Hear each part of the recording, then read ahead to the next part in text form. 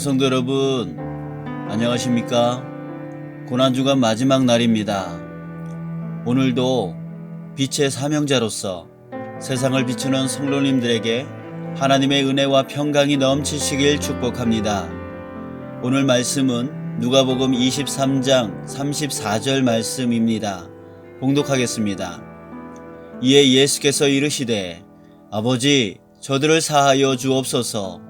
자기들이 하는 것을 알지 못함이니이다 하시더라. 오늘은 가장 어두울 때에 가장 빛나게 살기란 제목으로 말씀의 은혜를 나누겠습니다. 오늘은 고난주간의 마지막 날로서 예수님이 십자가에서 죽으시고 무덤에 계셨던 날입니다. 이날은 세상의 구원자 그리스도가 부재된 날로서 세상이 빛을 잃은 날입니다. 달이 뜨지 않는 금음날이 가장 어둡듯이 세상이 빛을 잃은 가장 어두운 날입니다. 하지만 해가 뜨기 바로 직전이 가장 어두운 것처럼 가장 어둡다는 것은 이제 곧 해가 뜬다는 것을 암시합니다. 즉 세상의 빛을 잃은 오늘은 이제 곧 있을 예수님의 부활을 기대하게 하는 가장 설레이는 날인 것입니다. 사랑하는 성도 여러분, 오늘 하루 절망의 날이 아닌 가장 큰 희망의 날로서 예수님을 생각하며 빛을 가진 자녀로서 코로나19로 어두운 세상을 사랑의 빛으로 실천하는 하루 되시길 축복합니다. 예수님은 인류의 구원을 위해 자신의 몸과 피를 아낌없이 주셨습니다. 그런데 십자가의 고통이 극에 다다른 육체적 고통과 한낱 피조물인 사람들에게 비웃음, 희롱, 비방을 받는 마음의 고통 속에서도 아버지 저들을 사하여 주옵소서라고 용서하셨습니다. 이처럼 예수님은 세상을 마지막까지 사랑하셨습니다. 사랑하는 성도 여러분, 우리가 비추어야 할 사랑의 빛이 무엇입니까? 바로 예수님이 그러셨던 것처럼 용서하는 것입니다. 오늘 이 용서에 대해 좀 더 깊이 생각해 보고자 합니다. 사실 예수님이 십자가상에서 용서하신 데에는 큰 의미가 숨겨져 있습니다. 가상칠언이라 들어보셨을 것입니다. 예수님이 십자가상에서 하신 7가지 말씀이란 뜻입니다. 그 중에 첫 번째 말씀이 바로 오늘 용서의 말씀입니다. 성경은 가장 중요한 것을 가장 앞에 둡니다. 예수님도 그것을 아셨을 겁니다. 그러면 용서가 아주 중요하다는 말인데 왜 중요할까요? 그 이유는 용서가 모든 묶인 것을 풀어내고 회복시키는 열쇠이기 때문입니다. 우리가 오래전에 전설의 고향이라는 TV 프로그램을 많이 봤습니다. 거기에 보면 귀신이 많이 나오는데 하나같이 다 억울한 일을 갖고 있는 귀신들이었습니다. 억울한 일이 있어 그 원한을 풀어달라고 사또를 찾아가는 얘기들이 대부분이었습니다. 이것이 바로 억울함, 원한이 뭘 의미하는지 잘 말해주고 있다고 생각합니다.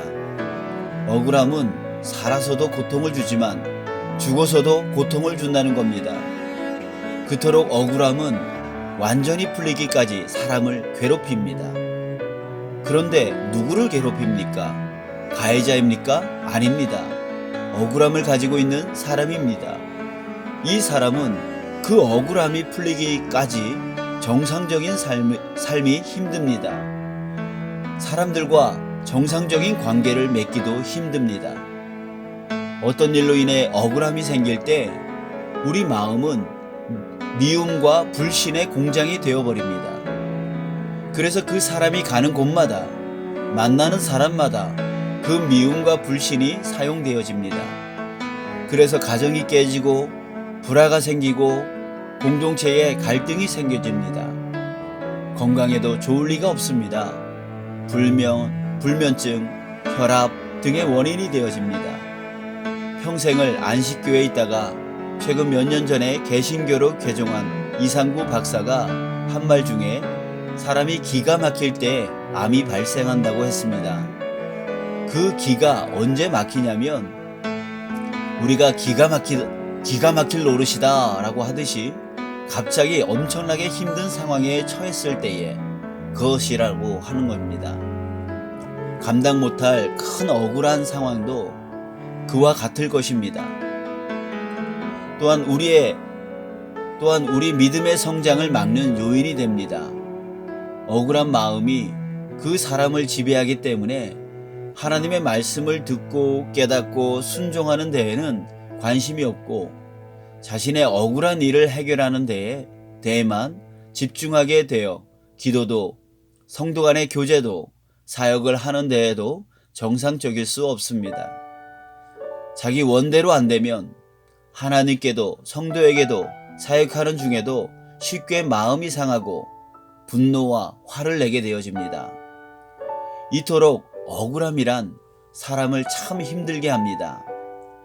그런데 이 억울함을 해결하는 방법이 용서라고 하는 겁니다. 이는 용서의 헬라어 원문의 뜻이 증거합니다. 용서는 헬라어로 하피에미라 하는데 이는 내보내다, 풀어주다, 떠나는 것을 허락하다 입니다. 즉 억울함을 나에게서 내보내고 자신을 풀어주어 자유케 하는 것이란 뜻입니다. 예수님은 이 용서를 이전부터 중요시하셨습니다. 마태복음 18장 21절 22절에 그때에 베드로가 나와 이르되 주여 형제가 내게 죄를 범하면 몇 번이나 용서하여 주리이까 7번까지 하오리까? 예수께서 이르시되 내게 이르노니 7번뿐 아니라 7번을 70번까지라도 할지니라. 마태복음 18장 35절에 너희가 각각 마음으로부터 형제를 용서하지 아니하면 나의 하늘 아버지께서도 너희에게 이와 같이 하시리라. 지금 다시 이 말씀을 생각하면 예수님이 용서를 강조하신 이유가 우리 자신을 위한 것이었음을 깨닫게 됩니다. 그런데 용서가 쉬운 것인가요? 용서했다고 말하지만 여전히 머릿속에 그 사람을 향한 미움의 화살이 쏟아질 때가 얼마나 많습니까? 용서하는 것은 결코 쉽지 않습니다. 그런데 예수님은 어떻게 용서를 하셨을까요? 그것이 우리의 방법 되어지기를 바랍니다. 본문 말씀을 묵상하다가 34절 말씀에 그 방법이 있음을 발견했습니다. 34절 아버지 저들을 사하여 주옵소서 자기들이 하는 것을 알지 못함이니이다. 예수님의 용서 말씀 안에 예수님의 용서 방법이 있는 것이죠. 누가복음의 저자 누가는 가룟 유다가 예수님을 배신했을 때 누가는 이런 표현을 했습니다. 누가복음 22장 3절 12 중에 하나인 가롯인이라 부르는 유다에게 사탄이 들어가니. 이 말에서 풍기는 뉘앙스는 유다가 배신한 게 아니라 유다 안에 들어간 사탄이 그를 배신하게 만들었다는 것입니다. 그러기에 주범은 사탄이고 유다는 사탄의 또 다른 피해자였음을 누가는 암시하고 있습니다. 사도 바울도 동일한 생각을 했습니다. 에베소서 6장 12절 우리의 씨름은 혈과 육을 상대하는 것이 아니요 통치자들과 권세들과 이 어두움의 세상 주관자들과 하늘에 있는 악한 영들을 상대함이라. 즉 우리가 싸워야 할 대상은 혈과 육인 사람이 아니라 그들을 속이는 악의 영들이라는 겁니다. 예수님이 아버지 저들을 사하여 주소서라 하신 다음에 자기들이 하는 것을 알지 못함이니이다 라고 말씀하신 것은 앞에 누가와 바울의 생각과 다르지 않습니다. 예수님을 비웃고 희롱하고 비방하는 그들은 지금 어떤 분에게 무슨 말을 하는지 그들이 하는 말과 행동이 창조주이시고 심판의 하나님 앞에서 하는 것임을 모른 채 그저 사탄의 속임을 받아 막 떠들고 있음을 예수님은 아셨습니다. 그러기에 저들은 가해자가 아니라 사탄의 또 다른 피해자인 것입니다. 예수님은 그들이 불쌍했던 겁니다. 그래서 사탄의 속임 때문에 죄를 짓는 저들을 용서해 달라고 기도했던 것입니다. 불쌍히 여기는 마음. 이것을 성경에서는 긍휼이라 표현합니다. 예수님이 불쌍히 여기는 마음으로 용서하셨던 것처럼 이 긍휼이 바로 용서의 근원이 되는 것입니다. 사랑하는 성도 여러분, 눈에 보이지 않고 우리 가운데 교묘히 찾아와 속이는 사탄이 사람들을 지배하고 있다는 사실을 항상 기억하십시오.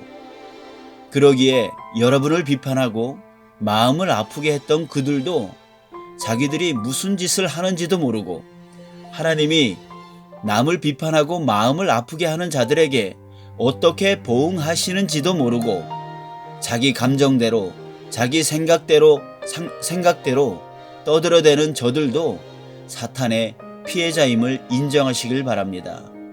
저들도 피해자이기에 저들은 불쌍한 자들입니다.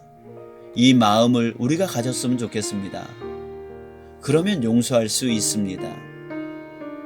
용서는 그들을 위한 것이 아니라 했습니다. 나를 위한 것이라 했습니다. 용서는 억울함, 미움 때문에 묶인 모든 것들, 즉 건강, 관계, 믿음, 사역의 묶임들을 풀어내는 방법이라 했습니다. 이 용서가 반드시 우리에게 필요합니다. 하나님은 용서의 하나님이십니다. 그래서 우리를 용서하시기 위해 예수님을 우리에게 보내신 것이고 예수님도 하나님의 뜻을 따라 용서하는 삶을 사신 것입니다. 우리도 이제 그 예수님을 따릅시다. 코로나19 때문에 가장 어두워진 세상이 되어버렸습니다. 이때 가장 밝은 사랑에 비친 용서로 가정에서, 교회에서, 주변에서 비추시길 축복합니다. 그래서 용서하는 우리도 진정한 마음의 자유를 찾고 세상도 다시 환하게 만드는 삶을 사시길 축복합니다. 한 주간 영상으로 함께하면서 많은 분들이 은혜와 감사를 나눠주셨습니다. 그래서 저도 준비하느라 몇 배 힘들었지만 내내 감사했습니다.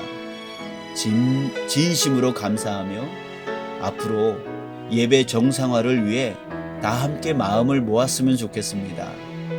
전문가들이 교회가 정상화되기까지 엄청 오래 걸릴 거라 말합니다. 하지만 우리는 주님이 함께 하심을 믿으며 두려움과 염려 내려놓고 모이자 할 때에 모이기에 힘써 주셔서 우리 규례교회의 저력을 보여주셨으면 좋겠습니다. 사랑하고 축복합니다.